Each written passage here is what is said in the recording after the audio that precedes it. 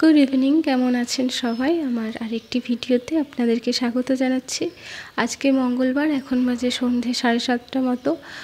আমি একটু আগেই পড়িয়ে বাড়ি এসেছি। কাল বিশ্বকর্মা পুজো, আর তার জন্য আজকে আমাদের এই অরন্ধনের জোগাড় চলছে। মা এখানে প্রথমেই নারকেলগুলো ফাটিয়ে দিয়েছে আর সমস্ত সবজিগুলো নিয়ে বসে পড়েছে। আমরা হাতে হাতে সবগুলোই কেটে দেব। ভাই এখানে নারকেলটা তুলে দিচ্ছে। এই অরন্ধনটা হিসাব মতো কিন্তু আমাদের বংশে ছিল না। অনেক আগে আমাদের ঠাকুমাদের সময় বা হয়তো তারও আগে কী হতো, যাদের অরন্ধন থাকতো তারা আজকের দিনে নেমন্তন্ন করতো। এবার কোনো বছর হয়তো তারা নেমন্তন্ন করলো না, কিন্তু এদের একটা আশা থাকতো, ছোট ছোট বাচ্চারা থাকতো, তাদের মন খারাপ হতো। সেই হিসাবে তখন ঠিক করা হলো যে না, আমরাও এবার থেকে অরন্ধন করব। কে ডাকবে কে না ডাকবে সেই আশাতে আর থাকবো না। সেই থেকেই অরন্ধনটা আমাদের বংশে চলে আসছে। তবে আমাদের সেরকম কোনো নিয়ম নেই যে আঁশ পান্তা বা নিরামিষ পান্তা অনেকের যেটা থাকে, আমাদের সেরকম কিছু নেই।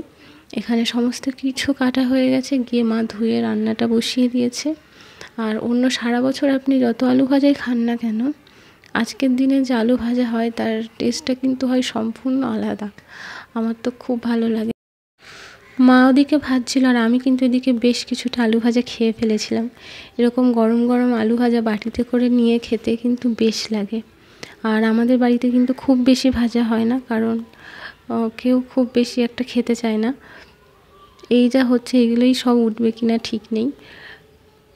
আজকের দিনে অনেকে আবার কচু শাকও করে, কিন্তু আমাদের করে না, কেউ খায় না বলে। অন্য দিন খায়, কিন্তু আজকে খায় না। এখানে সব ভাজাগুলো করার পর শেষে নারকেল ভাজছে। অনেকে নারকেলটা কুড়িয়েও ভাজে, তবে আমরা এরকম গোটা গোটা ভাজাই পছন্দ করি। এদিকে সমস্ত ভাজাগুলো হয়ে গেছে, মাছও হয়েছে। যেহেতু আমাদের আঁশ নিরামিষ কোনো ব্যাপার নেই, আমরা সবগুলোই করতে পারি। আর লাস্টের দিকে ডাল হচ্ছে, এরপর ভাত হবে। ওই রান্নাগুলো শেষ হতেই প্রায় 12টা বেজে গেছিলো। এইটা হচ্ছে পরদিন সকালে। এই একটা দিনই আমার সকালে ঘুম থেকে ওঠার পর ভাত খেতে ইচ্ছা করে। সমস্ত থালা সাজিয়ে দেখতেই একটা যা ভালো লাগে।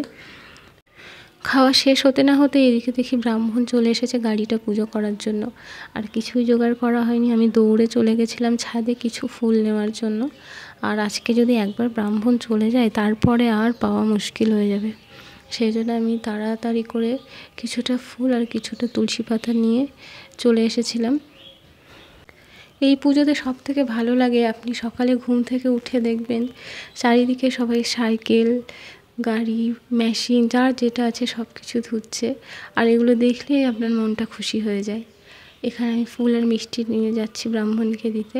আপনাদের যদি ভিডিওটি ভালো লাগে তাহলে অবশ্যই ভিডিওটি লাইক করে চ্যানেলটি সাবস্ক্রাইব করে দেবেন, তাহলে আমি পরের ভিডিওগুলো দেওয়ার জন্য একটু উৎসাহ পাবো।